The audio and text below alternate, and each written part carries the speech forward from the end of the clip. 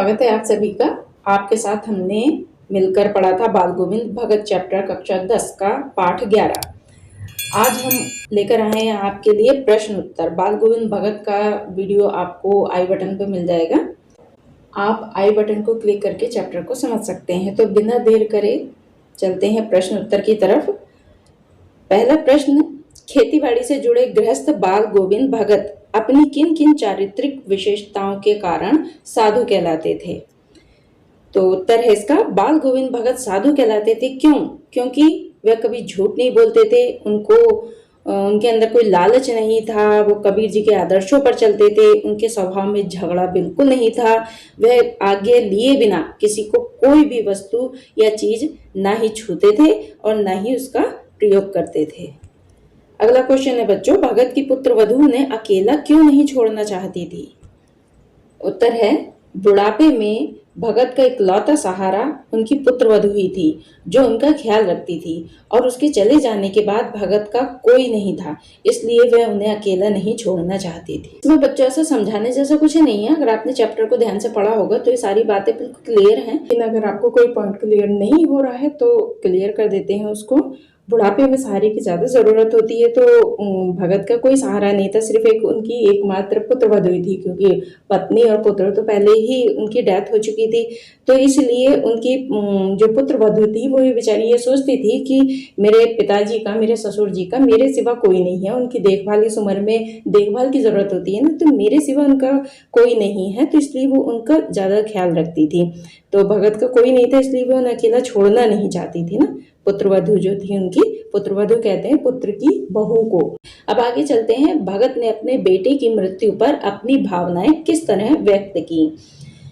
उत्तर है उसका, भगत ने अपने बेटे की मृत्यु पर अपनी भावनाएं कबीर के भक्ति गीत गाकर व्यक्त की।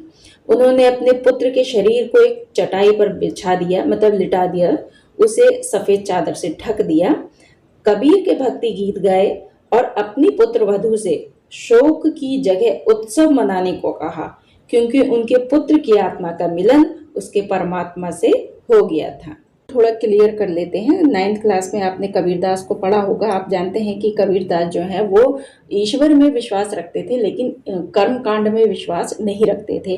तो इसीलिए जो भगत भी थे वो उनके कबीरदास जी के विचारों से प्रभावित थे। तो इसलिए जब उनके पुत्र की मृत्यु हुई तो उन्होंने अपनी पुत्र वधू से शोक मनाने के लिए नहीं कहा, बल्कि उत्सव मनाने के लिए कहा, क्योंकि बहुत से जो पंथ वाले हैं वो इस बात पर विश्वास रखते हैं कि हम एक आत्मा है और हमारा मिलन आखिर में, लास्ट में, अंत में परमात्मा से ही होना है। मृत्यु होने पर शोक कैसा? क्योंकि आत्मा को तो परमात्मा से ही मिलना है ना। जैसे गंगा, जैसे नदी है, जैसे कोई नदी है, उसका बहाव किस तरफ होता है? वो समुद्र से ही जाकर मिलती है ना। तो जब नदी समुद्र से जाकर मिलती है तो हम रोते तो नहीं है ना। तो उसी प्रकार से जब आत्मा परमात्मा से मिल गई तो फिर रोना किस बात का? क्वेश्चन देखिए, भगत के व्यक्तित्व और उनकी वेशभूषा का अपने शब्दों में चित्र प्रस्तुत कीजिए। चलिए उत्तर देखते हैं। भगत एक कबीर के आदर्शों का पालन करने वाले व्यक्ति थे। गृहस्थ होने के बावजूद उनमें साधु वाले गुण थे। वह ना किसी से झगड़ा करते थे, ना किसी को कष्ट देना चाहते थे, बिना आज्ञा के किसी की वस्तु नहीं छूते थे। सर्दी के मौसम में भी वह गंगा स्नान करके आते थे। गुणों के साथ साथ उनकी वेशभूषा भी साधुओं जैसी ही थी। सफेद दाढ़ी, सिर पर सफेद बाल, गले में तुलसी के जड़ की माला और नाम मात्र के लिए वस्त्र। आंसर स्पष्ट है बच्चों, आपको उम्मीद है समझ में आ गया होगा। आगे चलते हैं, बाल गोविंद भगत की दिनचर्या लोगों के अचरज का कारण क्यों थी? तो उत्तर है इसका, भगत की दिनचर्या लोगों के अचरज का कारण बन गई थी, क्योंकि वृद्ध होने के बावजूद भी अपने सिद्धांतों तथा आदर्शों का गहराई का पालन करते थे, मतलब गहराई से पालन करते थे।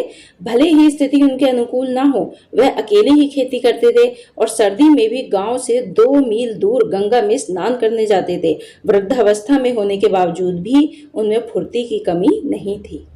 इसको क्लियर कर लेते हैं। भगत की दिनचर्या लोगों के अचरज का कारण बन गई थी, क्योंकि मनुष्य, देखो बच्चों, मनुष्य जब वृद्ध हो जाते हैं ना तो उसकी कार्य क्षमता कम हो जाती है। लेकिन बाल गोविंद भगत जो थे वो ईश्वर में दृढ़ विश्वास रखते थे, इसलिए संत होने के कारण वे अपने कार्य को दृढ़ता के साथ करते थे। अगला क्वेश्चन है, पाठ के आधार पर बाल गोविंद भगत के मधुर गान की विशेषताएं लिखिए। उत्तर है इसका, भगत कबीर के आदर्शों का पालन करते थे तथा उनके ही भक्ति गीत अपने मधुर स्वर में गाया करते थे।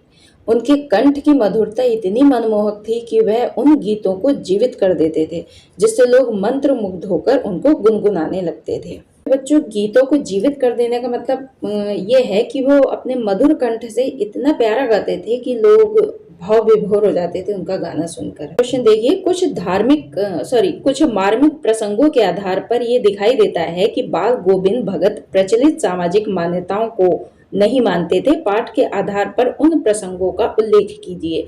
तो उत्तर होगा इसका, कुछ प्रसंग ऐसे थे जो ये बताते थे कि भगत प्रचलित सामाजिक मान्यताओं को नहीं मानते थे। जैसे भगत अन्य साधुओं की तरह भिक्षा मांगकर खाने के विरोधी थे।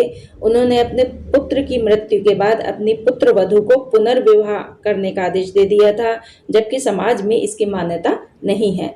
भगत ने अपने पुत्र को मुखाग्नि अपनी पुत्र वधू से दिलाई, जबकि समाज में ये पुरुषों के द्वारा ही दी जाती है। मतलब मुखाग्नि जब इंसान मर जाता है तो उसको जो जलाया जाता है तो वो कौन करते हैं, ये कार्य पुरुष करते हैं, कोई स्त्री नहीं करती है। लेकिन उन्होंने इस बात का विरोध करा। किन्होंने विरोध करा? बाल गोविंद भगत ने, और मुखाग्नि जो है अपनी पुत्र वधू से दिलाई। अगला क्वेश्चन है, धान की रोपाई के समय समूचे माहौल को भक्त की स्वर लहरियां किस तरह चमत्कृत कर देती थीं? उस माहौल का शब्द चित्र प्रस्तुत कीजिए। तो उत्तर है इसका, बारिश की हल्की बूंदों के बीच धान की रोपाई चल रही थी, ठंडी हवाएं चल रही थी तथा आकाश में बादल छाए हुए थे। भगत अपने सुरीले कंठ से मधुर गीत गा रहे थे।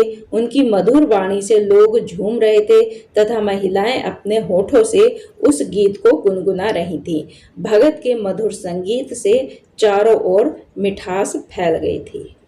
ये भी बच्चों क्लियर है इसका उत्तर। बारिश की हल्की बूंदें थी, धान की रोपाई थी, मतलब हर जगह जो है एक अच्छा माहौल बना हुआ था, सब कुछ अच्छा हो रहा था। और ऐसे अच्छे माहौल में भगत का मधुर कंठ से जो भजन निकला करते तो वो उसमें तो सोने पर सुहागा हो जाता था। यानी बच्चों, ये थे आपके प्रश्न उत्तर। बाल गोविंद भगत की वीडियो का लिंक आपको डिस्क्रिप्शन बॉक्स में मिल जाएगा, वहां से चेक कर लीजिएगा। जय भारत।